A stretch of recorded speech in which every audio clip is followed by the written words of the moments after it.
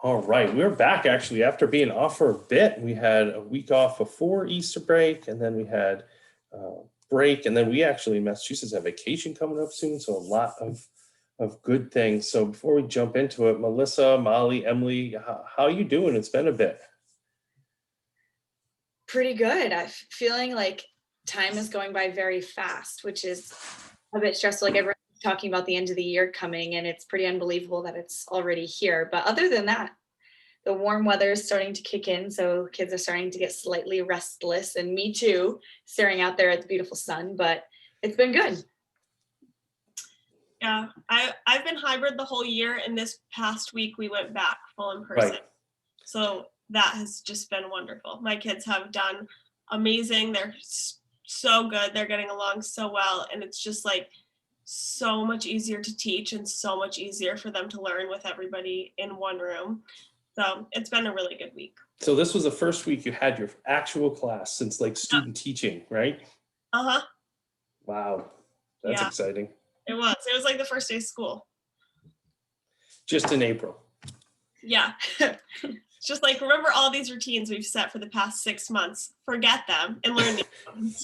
And Emily, were your kids back? Because all elementary schools had to be back April Yeah. 5th. Yes, it didn't really affect me very much though, because third grade has been in person 5 days a week since day one. But I just happened to have one class of students who chose to be fully remote all year, and that's not changing. They're staying fully remote all year. I lost one or two who came back in person, but it didn't really change much for me. Okay. Yeah. Hey, Carrie. Hello. Good thing you're here. My mom was going to probably email me. If you weren't here, she doesn't even bother Why watching. did you just say that? I don't know why. Nope. I'm telling you, you're her fave. How are you? I'm good. I Good. lost the link. I had it all organized in my email. And then I was like, where is it? I was texting Melissa. I'm like, I can't find the link. Oh, and Melissa, how are you doing? Good. Had spring break. That always helps. I'm sure. Relaxing. We went to the mountains, so it was really nice. Awesome. So one of the things that actually Emily said, and we're going to kind of chat about today, at least here in Massachusetts, is getting nicer. We actually, even though it is only April, we can kind of see the end somehow. We're saying like it's almost over. And how are we keeping students engaged? How are we keeping that motivation high? What are some things you all are doing in the classroom to, especially like Molly's class just came back, like there's still a lot of shifting going on. So some people, when I put this topic out, were asking this week of like, oh, we either can't wait to watch it or watch the replay. What are some of the things that you're doing? Because you're all in 3 different settings or 4 different settings, but what are some things you're doing to keep students engaged and motivated to continue to learn now that it is getting nice, now that it is starting to get a little bit more comfortable in school? You want me to go, Melissa? Do you even have to ask, Carrie? So, I mean, it is completely weird. Like the schedules change all the time, right? And so like, just when you've gotten to know each other and you've built relationships, now you've got your students back with you and you have to like reestablish that again and make sure they're comfortable. And I remember when our students came back full back in person, there was this whole level of like lingering anxiety that you don't realize it's really, I mean, you've heard people say that it's there, you know that the kids are bringing it, but until they're there and you see that kind of flinch when somebody gets too close to them, or you know, when somebody might accidentally share a marker, there's like a second pause of breath. So I feel like there's there's that kind of like getting used to that, like establishing those routines of cleaning and remembering, you know, about things, even though you've been in the building and you're like, it feels comfortable. So I feel like there's that, you know, there's that part of, you know, reestablishing the connection with the kids. But for you, I feel like it's also kind of really lucky that this has come at this time, because I remember when the kids came back full in person, there was like this rush of like remembering, you know, oh my gosh, this is why I love teaching. This is the feeling of energy that being in person with your students, like physically feeling their feedback, you know, gives you. And I feel like it's probably a really good time to get that kind of boost for you, right? But I'll get back to the question. I guess my favorite part, shut up, both of you, Swat tattoo. I guess my favorite my favorite thing about this time of the year is I feel like this is when I get to kind of take my hands off the driving wheel. And like, this is when I really get to let my students take over more of their learning. It's a great opportunity to do some project-based learning, to do some choice time, but still work on all the skills. So like, maybe at first you all worked on the same topic at the same time on the same project, but now you can have the same project, but students pick their own topic. Or it's just a great time, I feel like, for students to be more of the drivers of the learners, more of the runners of the classroom, because all that hard work that you've done all year is kind of been building up for them to be more in charge of things. And I feel like this is my time of year where the time of year where I get to sit back, and I don't know if Melissa's the same way, where you get to kind of watch your work, right? You're like, you get to sit back. When I feel like when we do a year the right way, you get to kind of sit back and go, now look at them go, because they're the ones in charge of everything now. And so that's where I like to take the learning in the classroom, especially like in my ELA class or my social studies class, is creating opportunities for the students to be in charge of their learning. They get to pick the topic, and I might structure the learning for them so to make it accessible. But in terms of how they go about diving into that learning or producing that product, it's up to them. And then it's just also offers all of our different learners opportunities to learn how they want to learn. And it gives you kind of a hands-off experience so that you can move more around the room and really circulate and be part of the process rather than the one that's giving all the information. So that's my favorite part about this time of year for me, really. Right. So Molly and Emily, what'd you do this week? Keep them engaged. They're coming back. They're doing what they need to do. Like, what are some things for new educators out there, especially in Massachusetts, who this could be the first week for them? Yeah, so some things, we still have mask breaks. So taking them outside for mask breaks twice a day is very helpful to kind of get their energy out, get them into a change of scenery, and get fresh air, obviously. That's helpful. And of course, they're still rowdy. It's been really nice so my school, I know that some schools are very strict about students sitting exactly in their spots and doing this. My school, the rule is that they have to be 3 feet apart with masks on. So we've been doing partner work, and they sit on the floor 3 feet apart. And it's been so nice to just be able to partner up everyone in the class and not have to be like, all right, you guys are partners. Let me open this breakout room for you guys. And it just like flows so much more easily. And another thing is like, they've been getting kind of loud. Like, they're really hyper. They're so happy to be there with each other, but they're doing their work. And so I've kind of just been letting it go. Like, if the class is getting loud, but they're all talking about how excited they are that they know how to solve this math problem, I'm like, all right, so be it. Like, they're doing their work. It's nice out. I want to be loud. I want to joke around. So I know that they do. So it's been going smoothly. And then I feel like because I'm letting them have that, when I say like, all right, it's time to reel it in, they're much more receptive to that, which has been good. That's awesome. Yeah, that is great. That's what you want, right? That's why you went into this. That's why you did just do teaching. That's why this is where you want to be. Exactly. But I would say, I don't know if Melissa and Matt want to add to that, but like that kind of like perception as a first year teacher, I feel like is really advanced. Like, to not want to be policing them and controlling the level of volume, but letting them embrace that. I feel like that's a really mature move on your part as a teacher. You Thanks. must have gone to a great college. That'd be my guess. But Melissa, no, were you going to say something? Yeah, I was just going to say it helps to have admin that support that, because when I had admin, they would make fun of me because my classroom was the loudest. And I didn't let it bother me because I didn't care. They were enjoying what they were doing and they were successful in what they were doing. But you have some people that if you ever encounter that, just let it roll off your back and keep going. I couldn't agree more. Like, when I was a principal, it would worry me when I would walk by and it was quiet. I'd be like, what's going on in there? Like, why is it that quiet? And I think that's critical. I remember, I think some of you know her. I think she's popped on a few times. When I started working in Milford, and I went to Christine Bemis's class and the door was shut. I was like, why is your door shut? And she'd say, well, because we are loud and people get upset because it sounds like we're having fun and not learning. And I was like, what? That's just, I mean, that tells you just as much about the district and the poor leadership in the district than the teacher. So I think that's awesome, Molly.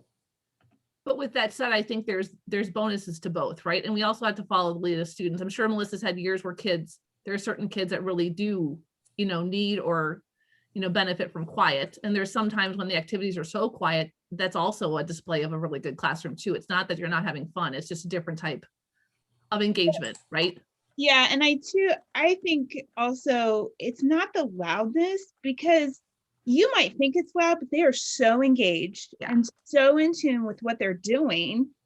They don't even realize the loudness of the room. Even the kids who like it quiet are so into the activity and directing their learning, they don't even realize it.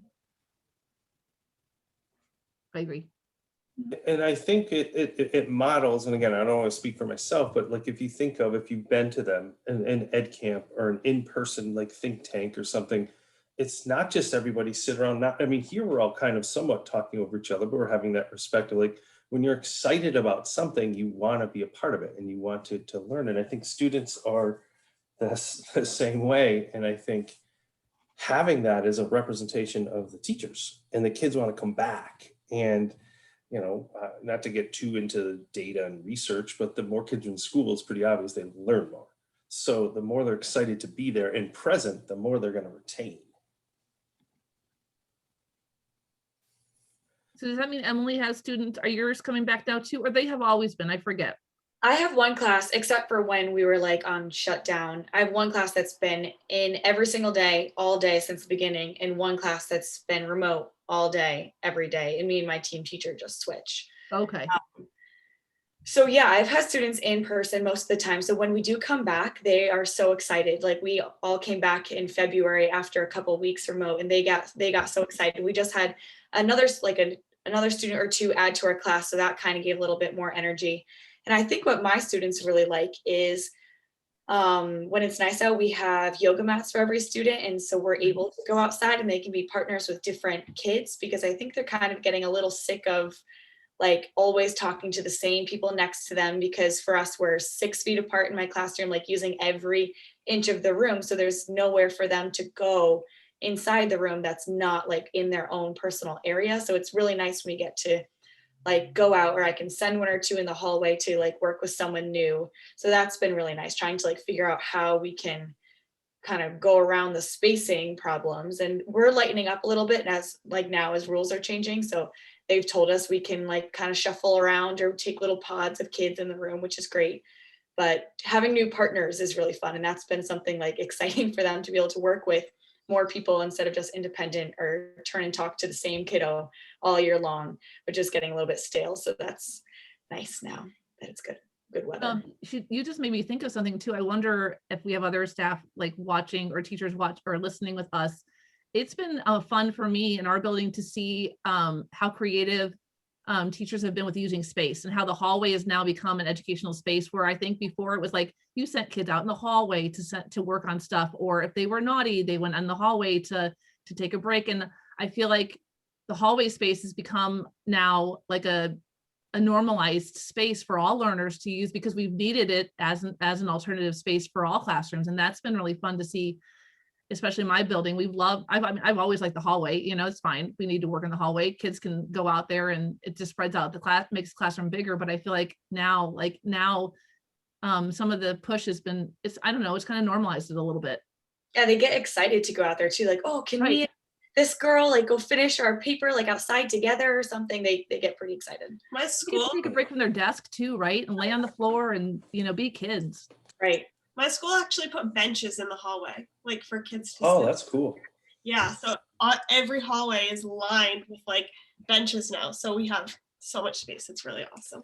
So we have tables and stuff that they've moved from the library out into the hallway just to make more space, but it's a benefit for us. Now my kids go out in the hallway all the time. They're like, and I have a nice sized room, but it's been nice to have tables out in the hallway to work and things like that.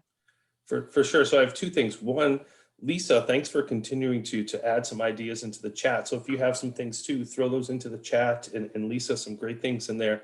And the second thing, and what Carrie just brought up, and I'll ask the four of you to be essentially the voice for everyone and help me to communicate it. One of the things that happened last week was just what you said. Kids were out in the halls, they're on the floor leaning against the thing with their laptops, they're doing the work. And some teachers posted it like, hey, we're excited to be back. And there were some parents who said, why is my kid sitting on the floor? Like, I know the messaging that I would give from a district administrator who then would be seen as defending the teachers. But how would a teacher answer that? And that's what I really want to know. Because how would you answer that parent that says, just what you all are saying is a great thing, and I believe it too. Why is my kid sitting on the floor? Why not? Exactly. I got a little more than that. I got to do a little better than that. I'm just saying, No, like, but I agree would- with that too. I would just say, why not? Can you please clarify? We're trying to use every inch of the room, being safe, as well as collaborate and learn with each other and celebrate our successes. Please share any ideas. I'm completely open to anything that you would suggest. See, that was so much better. It's a little push. It was good. I like it. Would you like to buy flexible seating for everyone? Oh, Molly's taking the like, bring me some chairs. Yeah, and I feel like now without, like, we can't have our circle rugs or like our team tables or anything in the room either, because there's just no space. So there's nowhere else for them to possibly sit except in their chair. So they might as well use it. So I'll like let them roll their yoga mats out or something to sit on the floor if they really want to. But some of them just lay down and don't really care as long as they have their mask on and wash their hands before they eat. I feel like it's really no different. I'm jealous of you all having that problem. True. This is true. Well, but I was thinking too, though, Melissa, in this year of experience for you've seen like the optimal, seating environments for a lot of your students, right? I mean, in some ways they get to pick the best. No, Anything goes. right. That's what I'm saying. Like, as long as they're engaged, if they're sitting on their bed, that's where they get to be. It's also true. It's a little different of me letting them go and seeing their driver's seat if mom's sitting right there or dad's sitting right there, or the sister and them are having WrestleMania right there. So it's a little different than. Well, WrestleMania was last night. We might have to give them pause. So, but yeah, they sit wherever. No, that's great. And I agree with all that you're saying. And I think it's critically important. So what are some activities, if someone said, all right, I'm struggling to think of some engagement, my kids are coming back, or they're still hybrid, like, or remote, like yours, Melissa, spring is here. What are some of your go-to fun activities to get kids really excited and inspired for continuing in this long spring? Well, I can go because I don't think I went yet for the things. But my kids are Zooming with every state. We have about 12 left to go, I think, or 13. So we're scheduling that. And then we're also doing Reader's Theater, which is hilarious. It's not the boring books. Can you explain that a little deeper? What is that? Well, there's 3 storylines. One is called The Other Cinderella Story. It's kind of a different take. So the stepmother is actually good and the Cinderella is actually bad. If you can believe that. And then we have Rapunzel's Rap, which is like a rap version. And then we have the other hippo or some story about a hippo. I forget the name of it. But I copied all of the parts and I do drop-offs once a month. So they all got their parts. And when we got to Zoom with their parts, it was like Christmas. They were so excited. That's awesome. I put them in 3 breakout rooms with 3 storylines. I would pop in and they would just be like acting like crazy. One of them has an accent. I don't know where it came from, but it's just awesome to see how engaged, and they are like full-blown acting. Like, it's awesome to see. So they are so engaged the whole time we're doing it. So I'm hoping to, at the end of the month, beginning of May, is actually video each story and then just put it on YouTube and send it out to the parents. That's awesome. No, that is awesome. And for me, and just coming from principal's lens or just seeing you light up, like you're explaining it, getting all excited, and like, that's all I need. I know it's going to be successful. No matter if I go in that room or not, I know it's going to be awesome because of your mannerisms and your excitement about doing it. And that's what I hope all of our, I know our panelists do here, but I hope our teachers all see that. And it's not just the students' engagement, it's yours and your passion and excitement. Before someone else answers though, what states do you need in case they're here watching or watch I on a need replay? Kentucky, Nebraska. maybe. There's a couple of people that message me. West Virginia, I think I need. I think in Alaska, maybe those three. Okay. People have contacted me and I've contacted them, but they haven't came back yet, but it's early, so I don't want to push, but yeah. Okay. All right. So Molly and Emily, what is going to be your go-to for getting kids excited in this spring? I mean, I don't really have any yet because it's my first spring. I mean, even both of us did our student teaching in the fall too. So like this is truly the first time we've ever been in a classroom exposed to this time of the year. The beginning of the year is obviously a hyper time, but I feel like for a different reason, they're just really excited to be there. And now, I mean, they're still excited to be at school, but it's also like excitement about the end of the year. So I don't know. I agree. One of your fans just jumped in, Alex and Ian. So they kicked it up a notch and just asked because That's our next week. boyfriend in the living room. Yeah, they need Oh, That's all right. You They're don't have to there. show them out. Tell them to come in. So how are you going to keep them engaged before this week? This is the week before mean. vacation. Oh my God. You got to take care of your fans. Well, and Melissa actually got me thinking. So last week, we were doing some sort of poetry thing, and I said I was showing them how there's rhythm and like rhyme in the poetry, and it almost sounds like song or like rap. And I kind of rapped the poem, and they were like freaking out. They were like, "Oh my gosh, you're like Snoop Dogg! You have to rap for us." I'm thinking of making some sort of like song or like rap battle challenge because we have the MCAS coming up and a ton of vocabulary words we've been working with. So they could like have the opportunity. I literally just thought of this in the last 30 seconds because of your reader's theater. I was thinking this could tie in. So maybe I'll pitch the idea to them and see what they think about doing some sort of little rap battle. But Are you 1-to-1? what do you mean? Like, do you devices. have devices? Does each kid have a device, like an iPad? No, but we have 3 sets of computers that like the school can take out for Like carts. we can put our name in for them. So Okay. I have it in like next Friday. Because we're doing poetry this month, Uh-huh. and the kids are going to be using GarageBand, Oh. and they're going to have a poetry slam. So they have to pick a poem, and they're going to put it to music and create a song with GarageBand to go with their poem, and then they're going to say their poem along with the music. Oh, how Just cool. an idea. That's very cool. I don't think we'll have that, but I could find some sort of like just like beat backdrop and they Yeah. could like make it to that or something, or Yeah. they could have a place of That'd be cute. in the back. I don't know. well, I don't even know if I would ask them. I would like build up the suspense, maybe like hang up, posters, like maybe like something like, like a rocks, like a poster, like a concert poster, like, create the mystery, like give yourself a week or 2 to plan it. Right. And even if you've gone beyond it, it's always okay to come back. So leave some like, some mystery there and then unleash the idea on them and like expect them to rise to the occasion rather than asking them for permission. You expect them to be that awesome at this new thing, We have this week and then next week is break, so they could like work on it over break and come back for a little exciting. Or you could start it this week and then leave them on a cliffhanger, let them have the break off, but then Right. give them something excited to come back to. Right.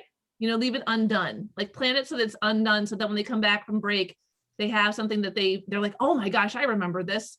And it gives you a couple days after break or as many days as you want after break to kind of get back into that too. And don't be surprised if you leave it, they are so into it, they will do it even though you don't want them to. Because Right. that happens to me all the time. Yeah, but Right, and let them have their break for sure. But yeah, and see what happens. And maybe if now that we're telling Emily and Molly what to do over break, you could make a like movie trailer. You could make like you're coming back to school the week after. Here's some of the things, and maybe you could do some of your rap battles. You could Make do my some of own your rap, I'm singing. gonna have to You could do make my own. drop in little hints, whatever it is. Just dress as a rapper and walk in. Big chains, sideways hat. You Oh my should. God. Yeah, that would be hilarious. You could like do the iMovie thing like Matt's saying and leave like the poster with a QR code on it. The kids would be like, what's this? And you're like, I don't know. You're going to have to scan it to see what it is. And when they scan it, it's you like modeling the Rapping. project for them as a rapper. Or like Yeah. the QR code and mail it to your remote kids' houses so that they just get a QR code in the mail. Oh, and then they have to figure it out. I don't know. Right. You got some work to do next Well, I have week. to think about. Yeah. But I think it goes back to a few things that people are saying. One, your own excitement. The more that you're excited about something, the more the kids are excited. And I've seen that with teachers a lot. Like, oh my God, the kids are so flat, but they come in like Eeyore. Oh, kids are so flat today. Like, well, of course they are. You're like a stick in the mud. And I think the other thing is what Carrie's saying is just build that anticipation. You could get anticipation about the most boring thing and the kids are all like fired up, like, oh my God, what's next? A spelling list? Oh my God, I can't believe it. And I think it's how you sell it. And I think that's the most important thing of what you can do for sure. And then Emily, don't be afraid to like start it without knowing the end. You know, it's okay for you to build it as you go too, because it's your first time through it. You may need to feed off of the kids too. Like you may only have the first 2 or 3 days planned, you know? Yeah. And then get feed off of them and then, you know, add, you know, structure or staff holding as you need to too, but you don't have to have the whole thing planned out either to start it. Yeah, that's good. Usually I'm a big wing it person, but sometimes I feel like I need more structure. So that's good that I could just wing it. It's I think growth. it's hard. That's I don't know growth. how Melissa feels, but I feel like it's hard to plan sometimes a project all the way through without knowing how your kids are going to respond to some of the parts of it. And sometimes, you know, I also don't like people to be scared to start, you know, not knowing sometimes not knowing the end prevents people from starting. And I think sometimes we just need to jump in because we know it's a good idea. And I think obviously you want to have a balance. I get that. But allowing for some flexibility because you don't know what's going to happen once you do start. That the kids are going to come up with some of the best ideas have been from students when we're doing like, oh, I didn't even think of that, or oh, I want to try that. So I think I could see Emily getting tense, like I need to have some of that structure, but at the same point, giving that flexibility is really important. Melissa, do you always, I mean, when you plan a project, 'cause I see a lot of, I mean, you do a lot of like what I would call like mini projects, right? Do you always have it planned out from start to finish, or do you tend to start and then feed off of the kids? I have a plan. Some of the things I do every year is just so fun that I can't not do it. But the journey is very different each year. Right. Yeah, I agree. So I just wing it. Just wing it. That's going to be, give that a try this week. We're just going to wing it on the floor and see what happens. So what are some things you've tried? And like, I know for me, just trying some different things. And we've been using a lot of video this year because of not just the Zooming video or Google Meet, but just having kids use Flipgrid or having kids use we have Chromebooks. So they record themselves and just load it into Google Drive. And we've been giving video feedback. So like in Flipgrid or even in Wakelet, we've used for student portfolios, letting students use a lot more video. That's something we've tried, and it's definitely helped with the engagement. It's helped with the engagement, and it's also helped with the comfort of it, where like I think are getting more comfortable having a discussion with a camera and in front of us and doing it. But it's also different when you have to really show your work. So I think allowing kids and students to have that opportunity has been big for us. So is there something that you've tried this year that you want to share that's been successful, or you've tried that's been just a flop and like, don't do that? Because I've had plenty of those too.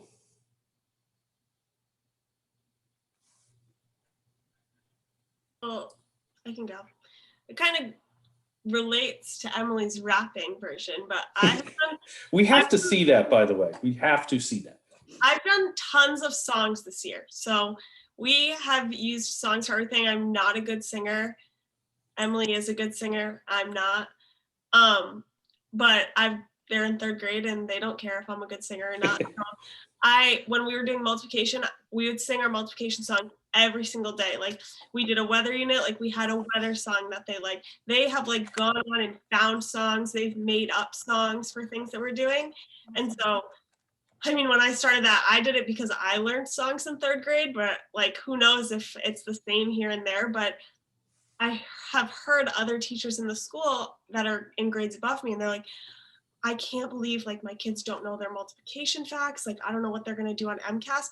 And I'm like, if I give my kids a multiplication equation, like they literally know it like that. And if they don't, they will sing their song out loud and like know it right away. And it's been really, really helpful to all of them. Like even the kids that I wouldn't expect to enjoy it, or the kids who don't necessarily like to sing in class. Like obviously someone's not singing, I don't go up to them like, you have to sing, but you can see it like turning in their head and going. And I think that has been something that's proven to be very helpful to my kids.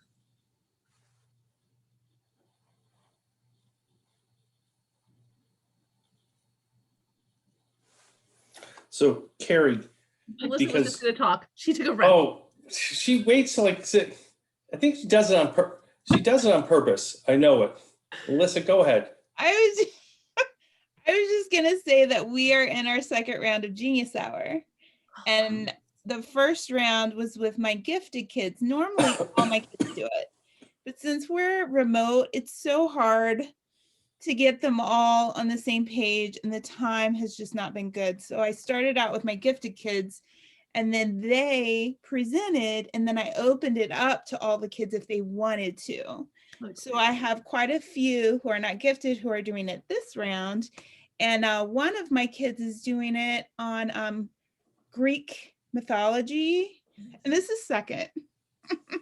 And they're creating a Kahoot is their activity. So it's not just like a makerspace, it's actually a Genius Hour where they have to research, and then they have to create an activity and teach us.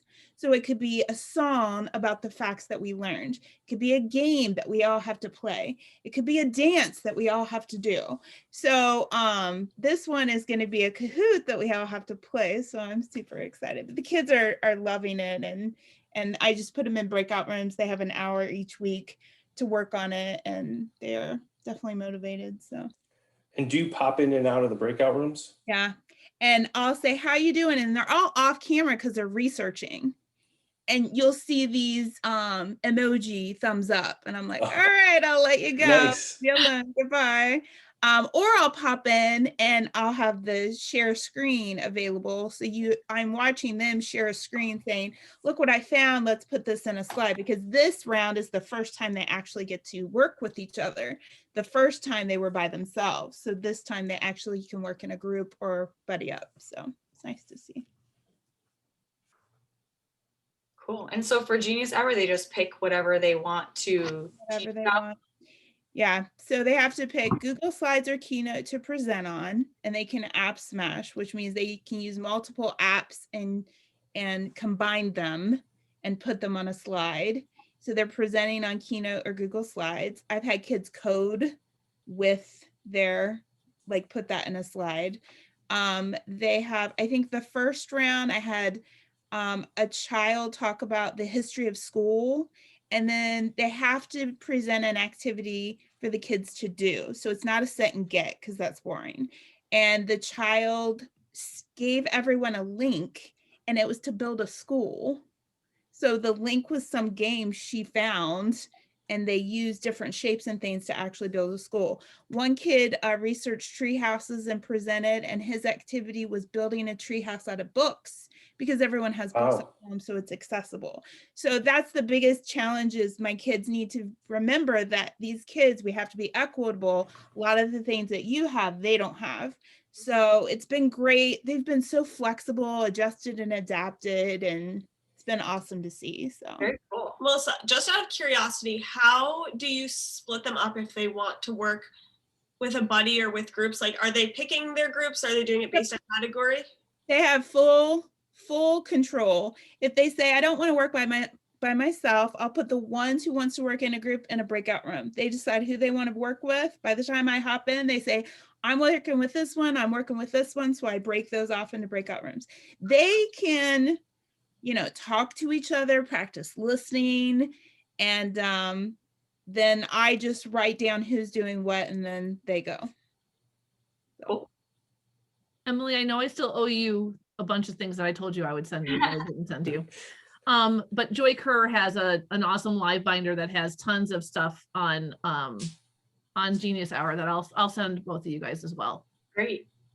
Yeah, I've never really seen Genius Hour done before, so that's Well, and there's no right or wrong way to do it. I Totally. mean, everyone has their own version of Mhm. Genius Hour.